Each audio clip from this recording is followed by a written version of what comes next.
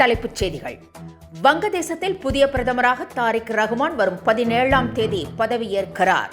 பிரதமர் நரேந்திர மோடிக்கு அழைப்பு. கூட்டணி குறித்து காங்கிரசுக்கு தொடர்ந்து பதிலடி கொடுத்து வரும் அமைச்சர் ராஜ கண்ணப்பன். திமுக தலைமை அட்வைஸ். 5000 ரூபாய் அல்ல, எவ்வளவு கொடுத்தாலும் திமுக வெற்றி பெறாது. முன்னாள் அமைச்சர் RB உதயகுமார் காட்டம். விஜய்க்கு நயினார் நாகேந்திரன் கூறிய அட்வைஸ் சரியானதே. பாஜக செய்தி தொடர்பாளர் ANS பிரசாத் கருத்தால் புதிய சர்ச்சை. மகா சிவராத்திரியை ஒட்டி இந்தியா முழுவதும் சிறப்பு ஏற்பாடுகள். 12 ஜோதிர்லிங்க திருத்தலங்களில் அபிஷேக ஆராதனைகள். இனி விரிவான செய்திகள். வங்கதேசத்தில் புதிய பிரதமராக தாரிக் ரஹ்மான் வரும் 17ஆம் தேதி பதவியேற்க உள்ளார். இதற்காக டாக்காவில் நடைபெறவுள்ள நிகழ்ச்சியில் பிரதமர் நரேந்திர மோடிக்கு அழைப்பு விடுக்கப்பட்டுள்ளதாக கூறப்படுகிறது. சீனா, சவுதி அரேபியா, பாகிஸ்தான், துருக்கி, இலங்கை, நேபாளம் உள்ளிட்ட 13 நாடுகளுக்கு இடைக்கால அரசின் தலைமை ஆலோசகர் முகமது யூனிஸ் அழைப்பு விடுத்திருக்கிறார். கடந்த 2021ஆம் ஆண்டு மோடி வங்கதேசத்திற்கு சென்று வந்தது நினைவு கூறத்தக்கது. 5000 ரூபாய் அல்ல, எவ்வளவு கொடுத்தாலும் திமுக மீண்டும் ஆட்சிக்கு வராது என்று முன்னாள் அமைச்சர் RB உதயகுமார் தெரிவித்திருக்கிறார். இன்றைக்கு எத்தனையோ பேர் பணத்துக்காகவும் பதவிக்காகவும் வழக்கிலிருந்து தப்பிப்பதற்காகவும் அதிமுகவிலிருந்து ஓடிவிட்டனர் என்று அவர் கடுமையாக விமர்சித்திருக்கிறார். ஆனால் பிரதமர் நரேந்திர மோடி EPS தலைமையில்தான் தேர்தலை சந்திப்போம் என்று கூறிய RB உதயகுமார் எவ்வளவு பணம் கொடுத்தாலும் திமுகவை மக்கள் மன்னிக்க மாட்டார்கள் என்று குறிப்பிட்டார்.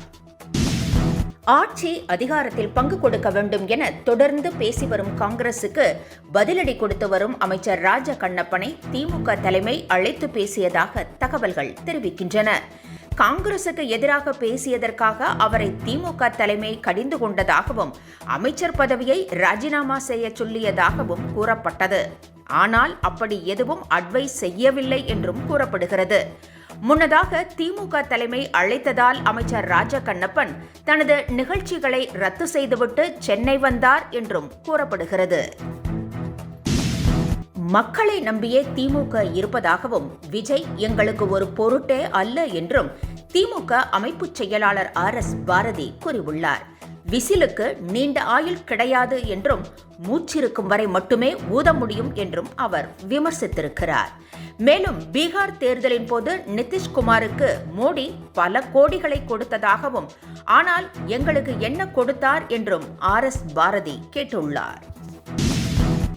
விஜயின் அரசியல் முதிர்ச்சியின்மையை சுட்டிக்காட்டி ஒரு சகோதரனாக நயினார் நாகேந்திரன் சில ஆலோசனைகளை வழங்கியதாக பாஜக செய்தி தொடர்பாளர் ANS பிரசாத் தெரிவித்திருக்கிறார்.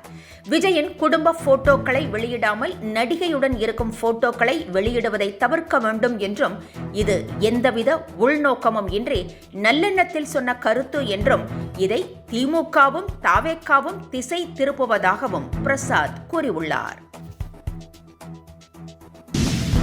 விஜய்க்கு 1% கூட வாக்கு கிடைக்காது என மத்திய இணையமைச்சர் L. முருகன் தெரிவித்திருக்கிறார். 30% வாக்கு இருப்பதாக விஜய் கூறுவதற்கு ஆதாரம் இருக்கிறதா என்றும் அவர் கேள்வி எழுப்பியுள்ளார்.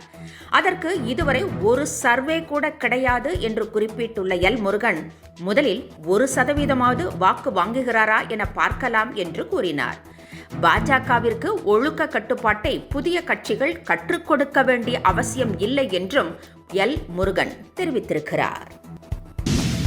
உலகம் சுற்றும் வாலிபன் படத்தில் நம்பியாரை MGR புரட்டி எடுப்பதைப் போல திமுகவை EPS புரட்டி எடுப்பதாக செல்லூர் ராஜு கூறியிருக்கிறார்.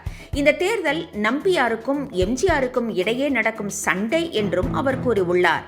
அதிமுகவுக்கு பயந்துதான் திமுக மகளிருக்கு 5000 ரூபாய் கொடுத்திருப்பதாகவும் அவர் குற்றம் சாட்டியுள்ளார். திமுக தங்க கட்டிகளாக கொடுத்தால் கூட மக்கள் வாக்களிக்க மாட்டார்கள் என்றும் செல்லூர் ராஜு கூறியிருக்கிறார்.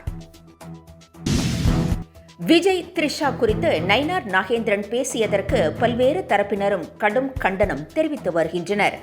குறிப்பாக பாஜகவை சேர்ந்த பெண் தலைவர்களே அதற்கு கண்டனம் தெரிவித்துள்ளனர்.